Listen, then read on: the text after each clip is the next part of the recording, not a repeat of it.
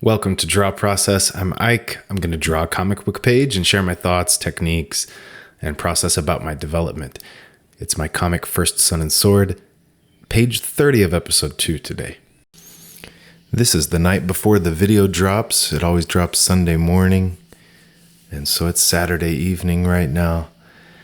And I'm home alone. Spent the day working, saw one client, and then was able to spend the rest of the day inking a page and coloring a page, putting this video together. That's mostly what I did. Oh, and I watched Mad God. I just wanted to see visually what it had to offer, and it's pretty interesting stuff. But as I approach this video, it's late and I'm quiet. I feel good. It's not late like I'm stressed. That has been the case on some of these videos where I'm stressed and behind on sleep or something. This is a really good, peaceful place I'm in this evening. So I'm excited to see what I can share with you in this episode. As I always do, I'm going to sometimes comment on the video. It's okay if you're not watching it, if you're just listening to it, but I'm working out the thumbnails. I do it on the full page. I use a 5H Tombow pencil, and I just, after this one and the next page, I will attempt using a 4H. I purchased a pack of 4Hs because the 5H is so light that I end up pressing harder into the paper. I just don't know if it's worth it. It might be better with a 4H. Also, instead of using an H, I'm starting to use a 2H. It's just a little lighter. Makes the inking more clear or fun to do.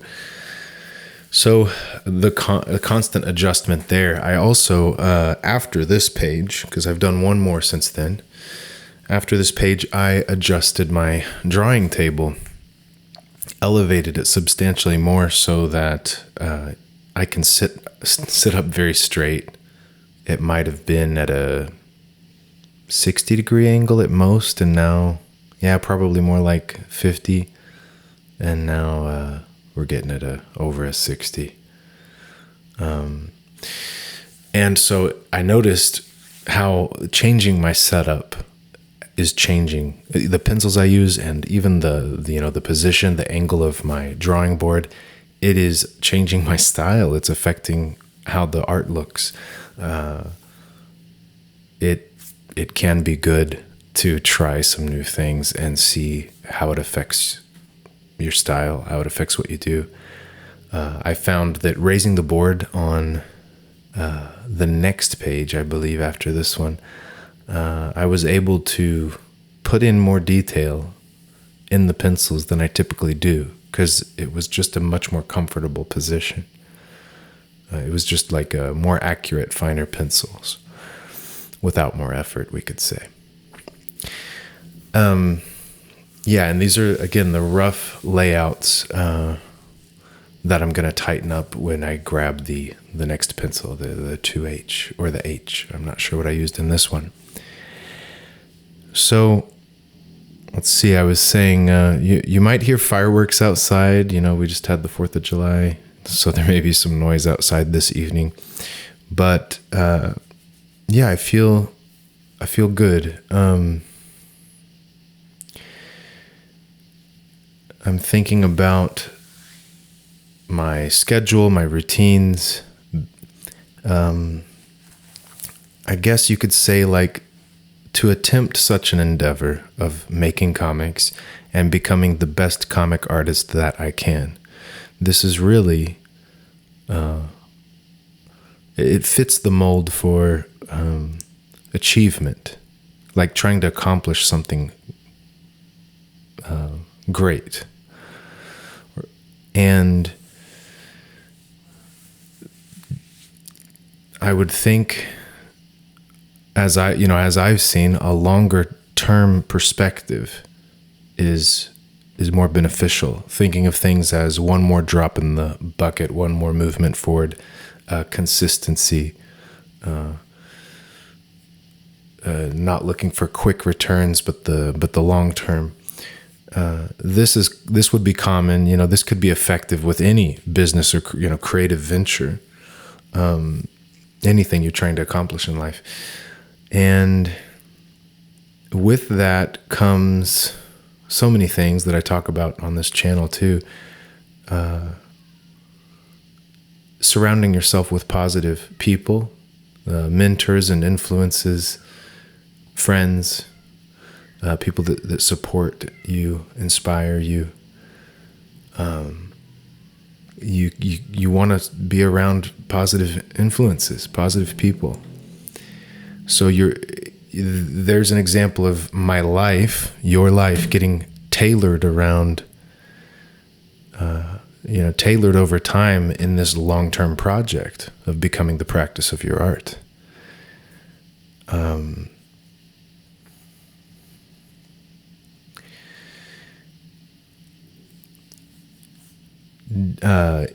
Discipline, sort of personal growth, we could say. It's not simply figuring out where I can put time to work on comics, but growing as a person. So becoming more whole, more aware, more individuated and integrated as a person, aware of my emotions, right? And what's influencing my cognition, and operating with that in mind.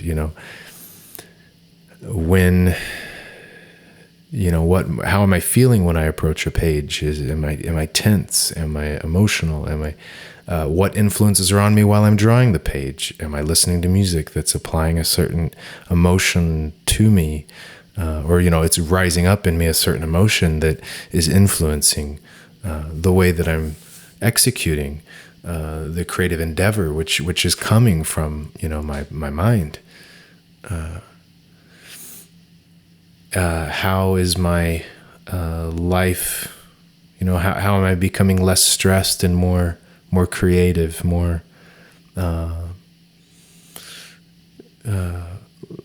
listening to what's authentic in me, what I really want.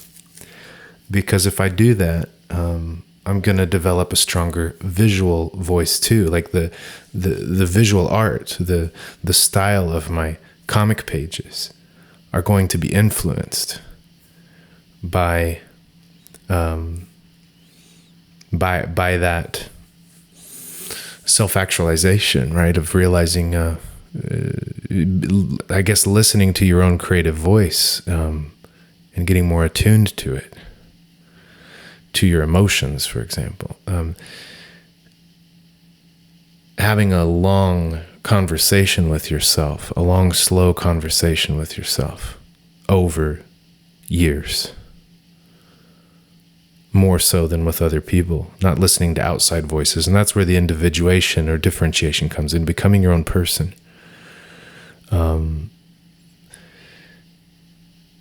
Where you are listening to yourself and making your own choices, and you can deal with outside voices and understand that they're outside you, outside pressures. Yeah, and I got to get my life organized, and that's something I've been working on lately. My life has to be on track too, or these stresses and problems are going to mess me up. They're going to make it harder to complete the work, and it's going to introduce stress and other issues, but definitely stress that is going to have me performing poorly. I don't want my practice of my art to be, this is something I've always struggled to describe on this channel, but I don't want my practice to be something that I do as a private addiction. I don't want it to be the way I retreat and buttress my self-esteem when I'm feeling down, or try to seek praise and self-esteem. or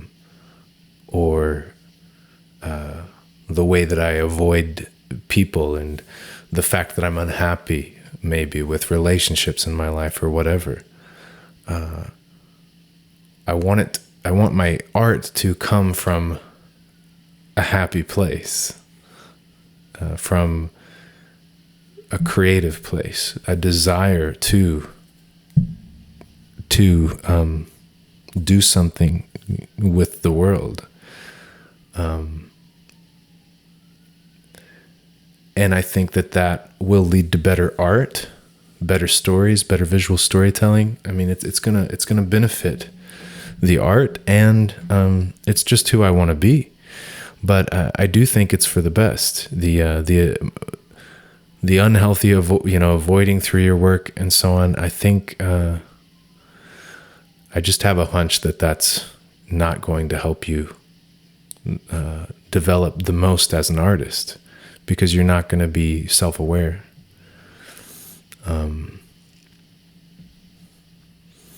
I heard a story, I guess from David Lynch at some point. I hate to quote things on this channel because I never know if I get it right, but I believe I heard David Lynch talking about going to a therapist, and he said, I would, could this affect my creativity? Could improving or working on my issues in my childhood and so on, could this hinder or hurt my creativity or change it in ways I wouldn't prefer? And I guess the therapist told him, yes, I guess it could. And he was like, okay, then we're done here. I don't buy that view.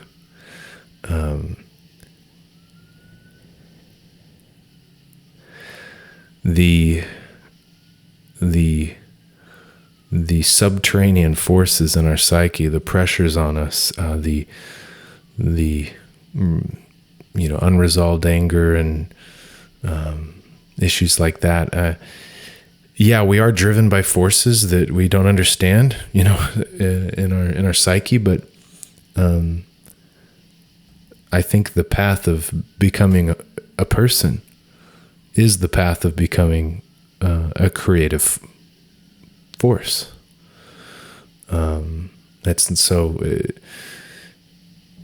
It's not something that hinders you from creating.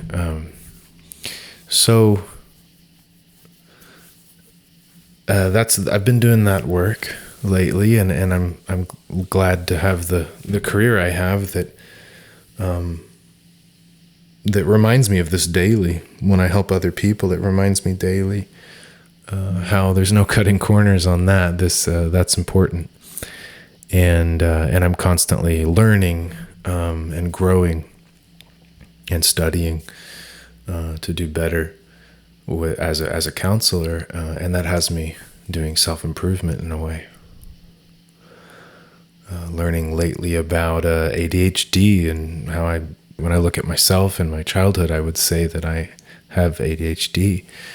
But learning about that and how that affects me, and where it comes from, and trauma, learning about that.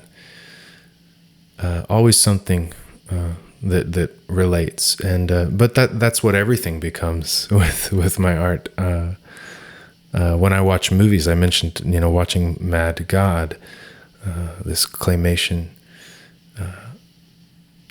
When I get to watch things, I get to soak up the visuals. Like it becomes partly not only for fun. The fun is the fun is partly that I get to really try to soak it up and creatively think about it.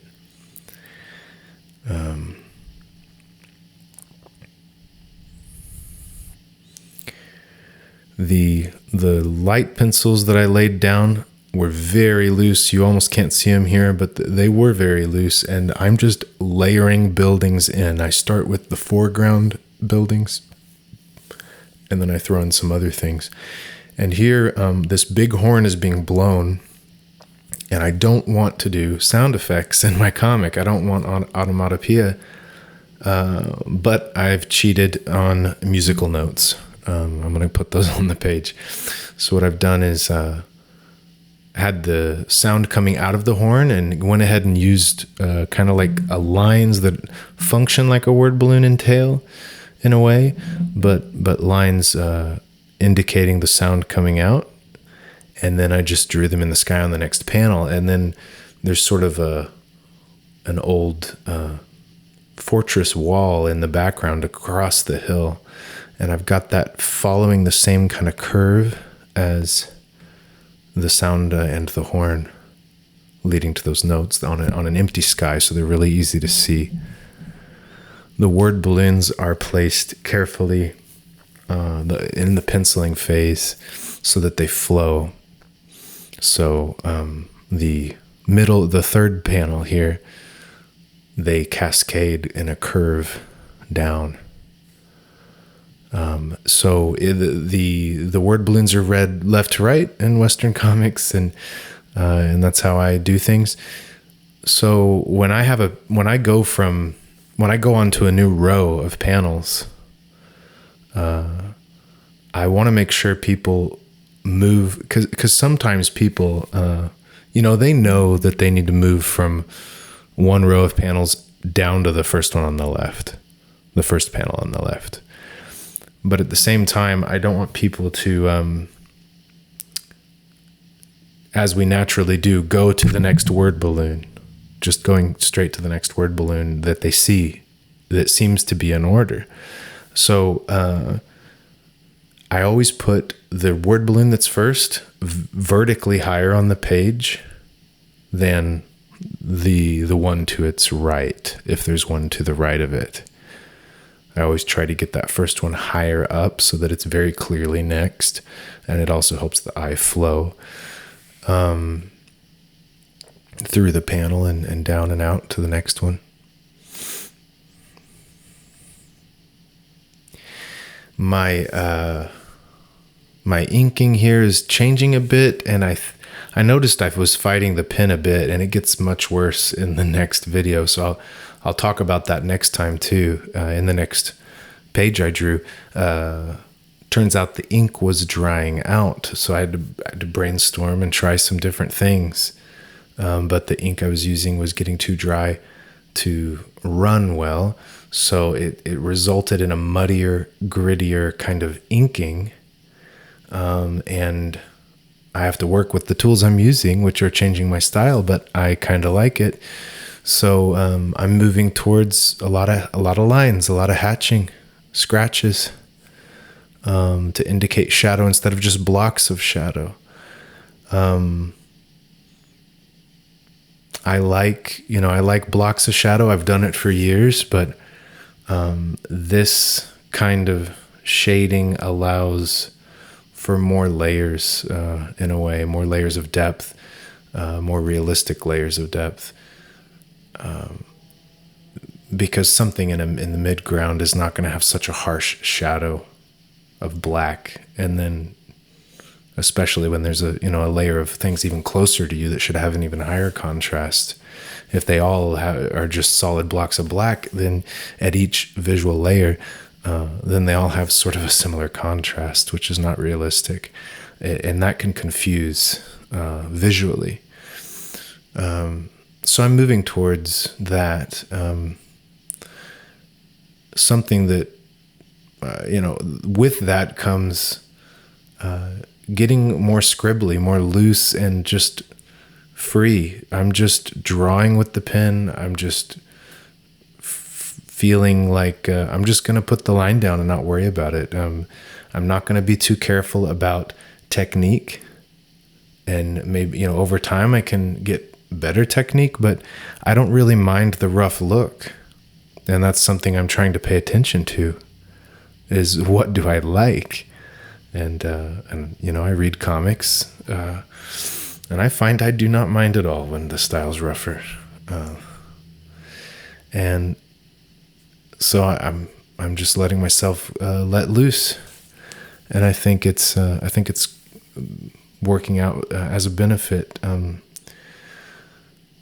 As always, I keep trying to move closer and closer, or further into free expression. I'm inking things here that weren't very clear in the pencils, and I get to lay down the outline and then throw in some shading and some texture, move on to the next part of the picture, throw in buildings and background elements and people, and not really have to reference anything. I just go from imagination, and sure, that means that they're more generic, but it's more fun for me. I don't mind that when I read a comic. So learning my likes and dislikes here and moving towards it. You'll notice here I'm adjusting the position. Basically, the buildings in the background, they are just those lines. It was mostly me laying down a grid so that I could put things on it in the inks. But what I'm doing here is adjusting it because the street goes downhill, so the buildings are going to go downhill. So either their first floor is getting taller on each building, or they're going to be slightly lower. The window line will be lower on each building. So I went ahead and adjusted it down. This angle, this camera angle on what's happening was for multiple reasons. For one, I just wanted a nice sideways view of the cart running away. But this allows for a nice establishing shot, wide view of what's happening. And it allows for the bad guys to frame our main characters, be talking around them.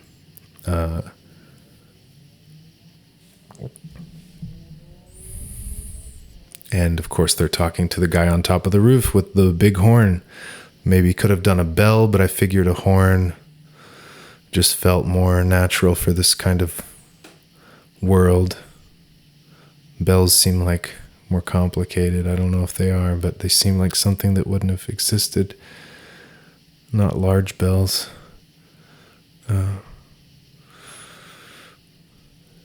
Not that I'm sticking to any time period too specifically. I'm just kind of leaning towards Bronze Age with steel and certain things that don't belong there. Yeah. Let's see. On the next page, I'm getting even more rough and loose with my inking and putting more lines down, and and it feels good. It looks more like, you could say it looks more like the first comic page I ever drew in The Gray Judge. All my comics can be read as webcomics on my website. I'm pretty sure The Gray Judge is still up there. But you can see that first page of issue 1 of that from 10 years ago, pretty much. I think it was 10 years. But the first page or two, there was lots of lines. I was drawing with the ink pen, and then I started trying to get more efficient, and I moved towards a different style. And then even the drawings I did as a kid, this inking looks more like the drawings I did as a kid and the drawings and there's the fireworks, if you heard that, and the drawings from, when I first started comics. And so, to me, that's a sign that I'm getting more authentic into my authentic voice. And it requires not caring what people think. Like I'm really leaning into that. Like I'm really on the long game, the long-term goal of developing myself. So it's and that came with disillusionment. That came with like failure and feeling like I wasn't going to succeed at the traditional route. So like, don't put too much work into pleasing some editor because they're not replying to your email. I struggled with those feelings. But I don't regret any of that because I'm glad I'm going on this long-term path of developing the way that I want to, that's fun for me, that's not for a paycheck, that's not for praise or anything. It's for me. And I see results, more results than I ever have gotten.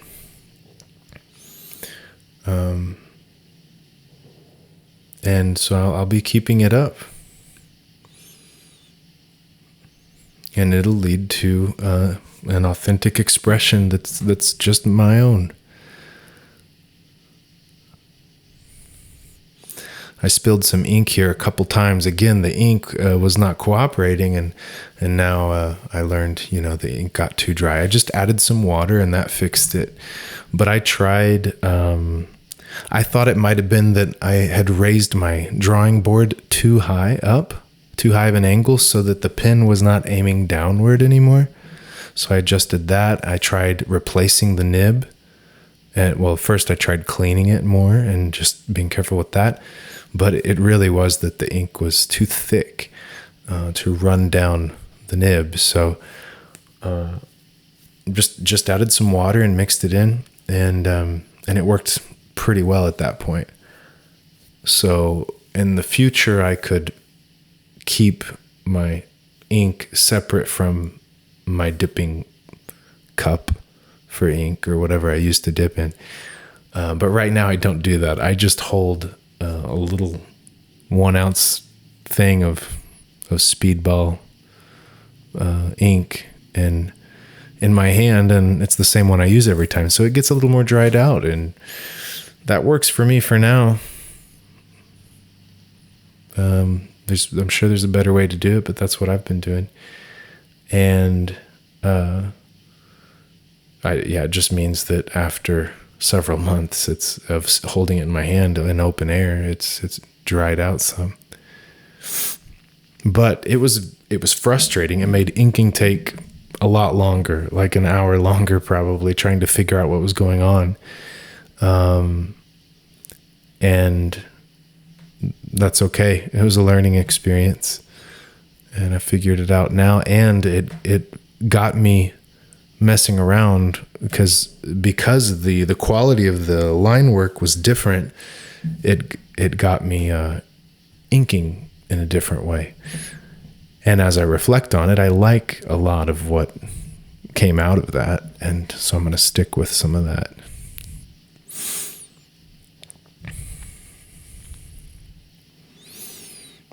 Yeah, developing yourself. I do think it's a good long-term strategy, and it's just a good strategy in general. What else? We're developing our whole lifespan. We're always developing, and so what else is there to do? I might as well see all of my life and my art and everything as opportunities to develop in a holistic way, to be a person. If it's not holistic, then I'll just let the AI do it. It's not interesting enough to me. You'll see how simple these building shapes are coming out, and just some quick hatching on the shadows on the ground in the street.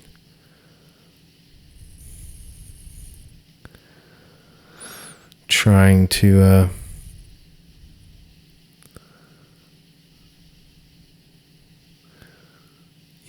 let it be rougher, but still have a solid design, a solid layout, of the figures and the planes, visual planes, and the flow of I'm trying to keep things solid in that sense, but apply the looser line style with lots of hatching and texture. I'm trying to apply those things, but on a firm foundation of design and balance.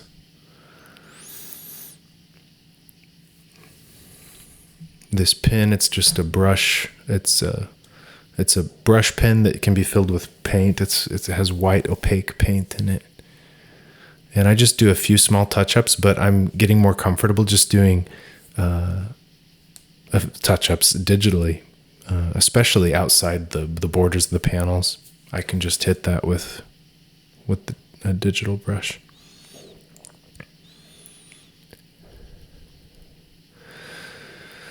And this is an even page, but the next one, I always pay attention to what was on the page before it so that they look good together.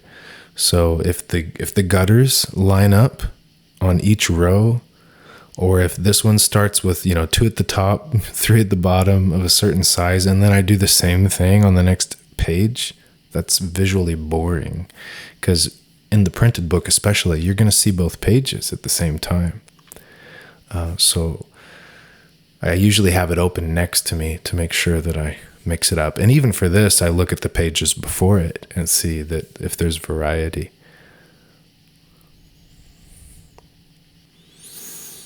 Here I intentionally have that close-up of the wheel hitting the guy's face and letting it get a little bit bloody. This is not a very gory comic, you could say, but it sometimes it kind of surprises you with some gore, like in the first issue. There's certain moments that are kind of shocking, but it's not really heavy with that. But even in the first issue, there's some more intense close-up scenes, and I'm trying to remember to throw those in. That's why I did that on that panel, is I went back and erased what I had there and put that, because I realized I need to intersperse more close-ups and, like even graphic images, exciting images or something, intersperse those throughout the comic to keep it more engaging. And there it is, the finished page. I hope you enjoyed this. I did. Things are moving along. At least one page a week. It comes out on Sunday onto the webcomic, and it also comes out as a video every Sunday on the YouTube. If you want to buy a comic, I appreciate it. The people that already have, I appreciate it. It's on the website, ikacomics.com, or on cleverkaiju.com. That community and what we do there is growing. So you'll find art and comics by other people there. And that is it for this week. See you next time.